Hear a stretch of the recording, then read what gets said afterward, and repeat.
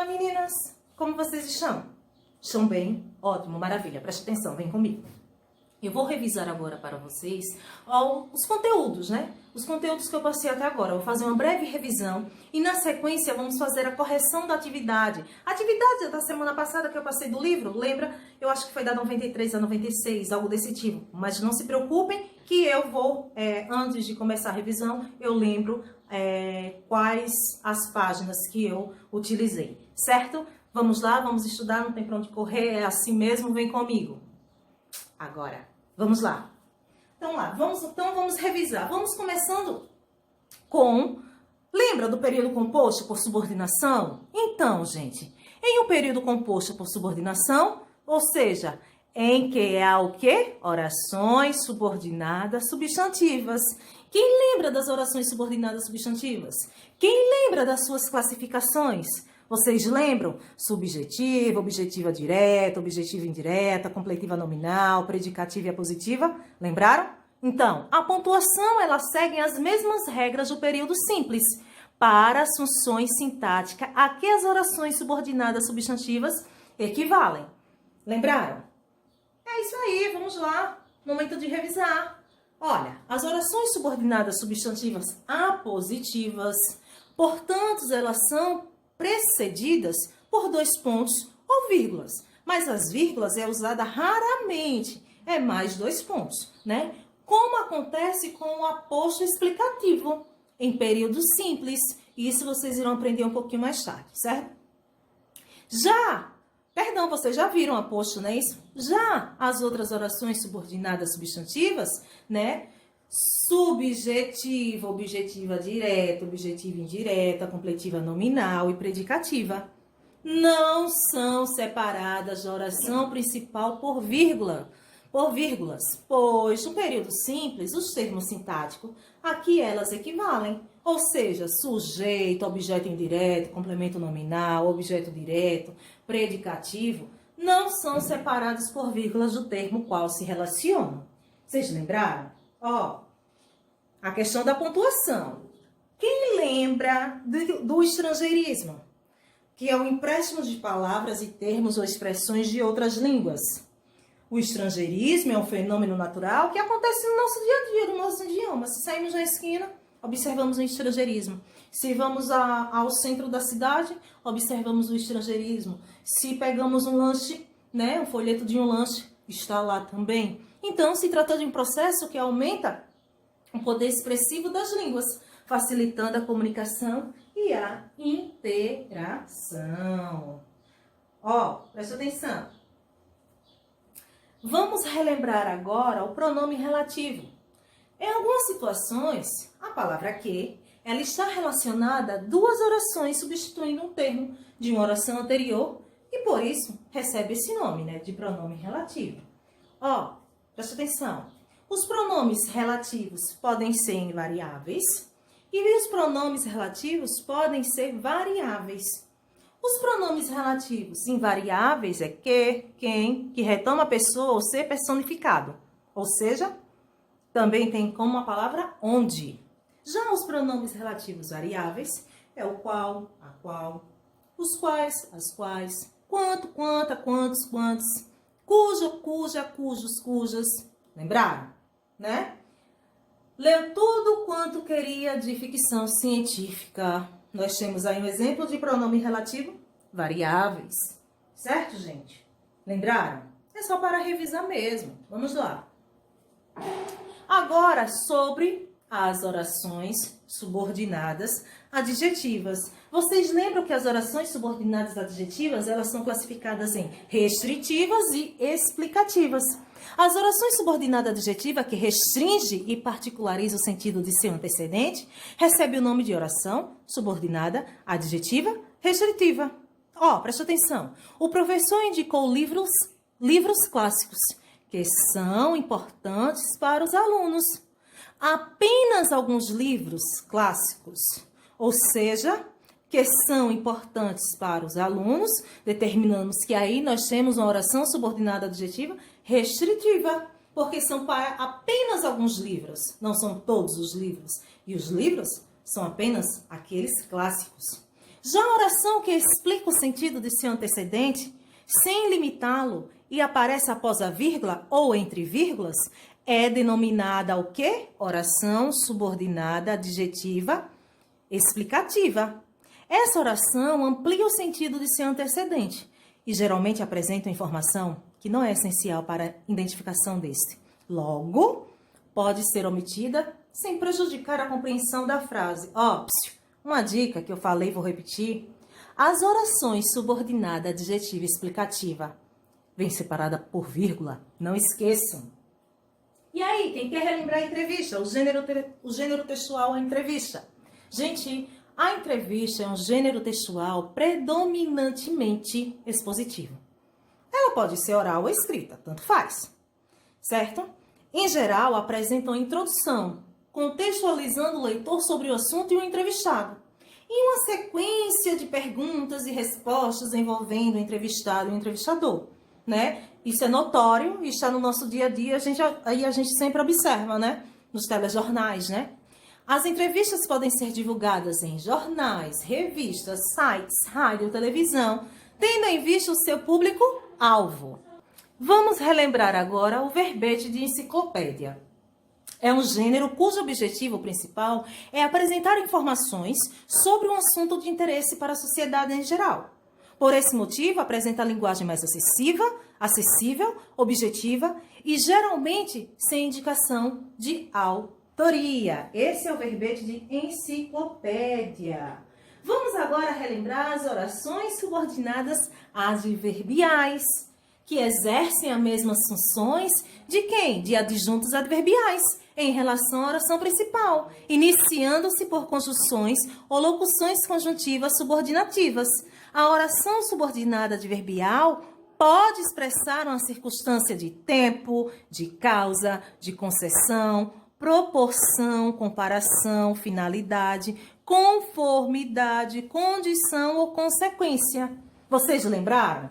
Vamos lá. E agora quem lembra da reportagem? O gênero textual reportagem tem como objetivo apresentar e analisar e exemplificar informações sobre determinado assunto.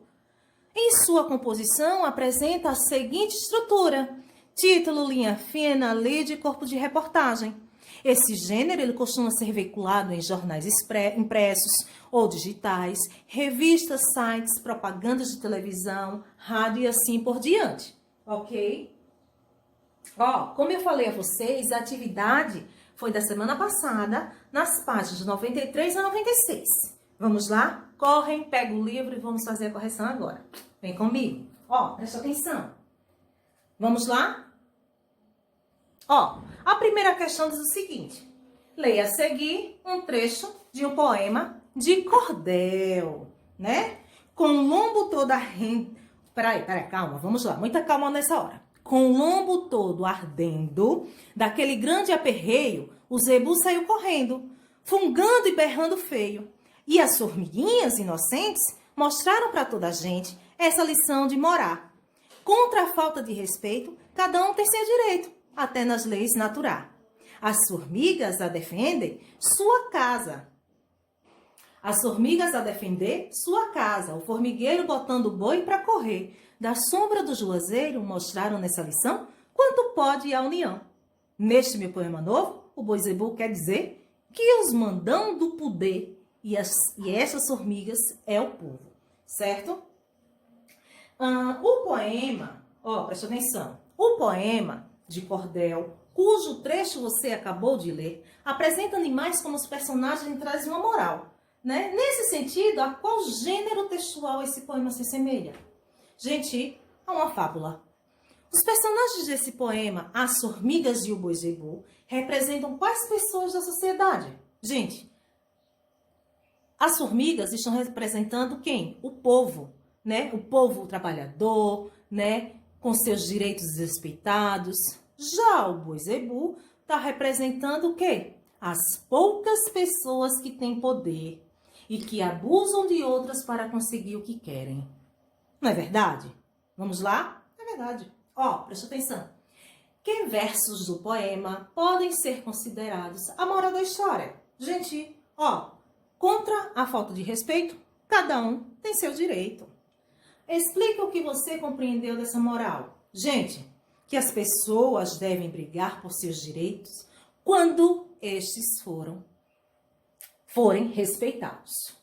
Foram desrespeitados. Aí assim a gente briga, né? Quando as pessoas devem brigar, né, por seus direitos quando estes forem desrespeitados. E é verdade, né, gente? Vamos lá? Ó, a letra E diz o seguinte: por que a lição de moral é precedida por 2 pontos? Gente, porque se trata de uma oração subordinada substantiva a positiva, certo? Orações como essas são separadas das principais por meio, né, de 2 pontos, não é isso? É isso sim. A segunda questão está pedindo para reler esses versos. O boi zebu quer dizer que é os mandão do poder. Classificamos esses versos, né, como oração subordinada, substantiva, objetiva, direta. Não é isso? Ó, presta atenção. A terceira questão, leia o trecho do texto da 4ª capa do Dicionário de Palavras e Expressões Estrangeiras, de Luiz Augusto Fischer.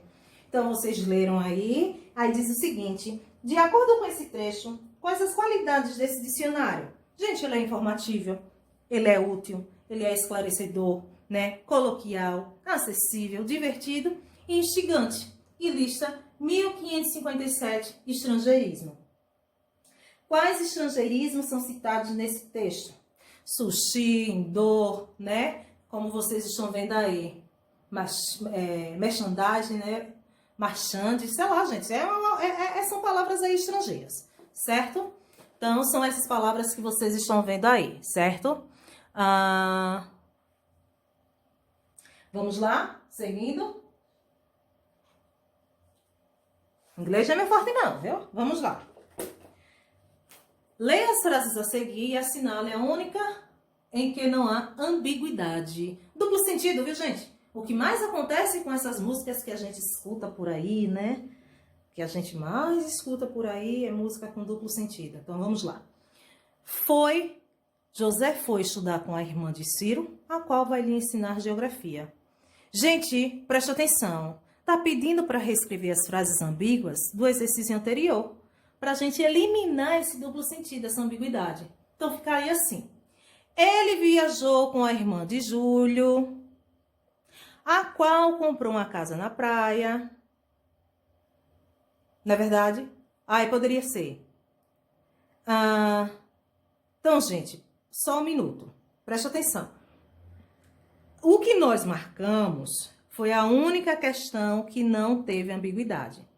Então, o único item que não teve aí a ambiguidade foi José foi estudar com a irmã de Ciro, a qual vai lhe ensinar geografia. Porque ele viajou com a irmã de Júlio, que comprou uma casa na praia, tem ambiguidade, tem duplo sentido. Quer almoçar no restaurante de Júlia, que é árabe, também tem duplo sentido. Então, a quinta questão está pedindo para a gente eliminar essa ambiguidade. Então, ele viajou com a irmã de Júlio, a qual comprou uma casa na praia. Beleza. Poderia ser também... Ele viajou com a irmã de Júlio, o qual comprou uma casa na praia. Já quero almoçar no restaurante de Júlia, o qual é árabe. Quero almoçar no restaurante de Júlia, a qual é árabe. E assim, retiramos a ambiguidade existente dos 2 exemplos da 4ª questão. Aí nós temos 2 capas de livro, né? Livro dos livros perdidos e um lugar chamado aqui. Os títulos dos livros são formados por orações subordinadas adjetivas reduzidas. Em qual forma nominal estão os verbos dessas orações? Gente, no particípio. Olha lá, perdido, né? Chamado. Reescreva os títulos desenvolvendo as orações subordinadas adjetivas. Gente, no exemplo A, o livro dos livros que foram perdidos. Um lugar que é chamado aqui. Fácil, né? Super fácil essa. Bem fácil mesmo. Relaciona as orações subordinadas adjetivas aos contextos em que foram empregadas. Capa, títulos de livro. Na sua opinião, por que os escritores optaram por apresentá-las da forma reduzida? Gente, as capas de livros, em razão do espaço, devem apresentar títulos curtos e objetivos que expressem com precisão a ideia central do livro. Por isso que os escritores optaram por orações subordinadas adjetivas reduzidas nos títulos, no lugar das desenvolvidas. Certo? Vamos lá, finalizando, né? Está acabando a nossa revisão. Diz o seguinte: a 7ª questão é um poema enorme, não é? E aqui é a sua opinião. Você vai escrever essa opinião com relação a esse poema. Todas as cartas de amor são ridículas. Vocês concordam? Então, é sobre isso. Você concorda com a classificação das cartas de amor feita pelo eu lírico do poema lido?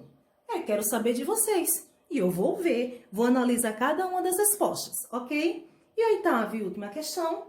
Os versos não seriam cartas de amor se não fossem ridículas. Constitui um período composto?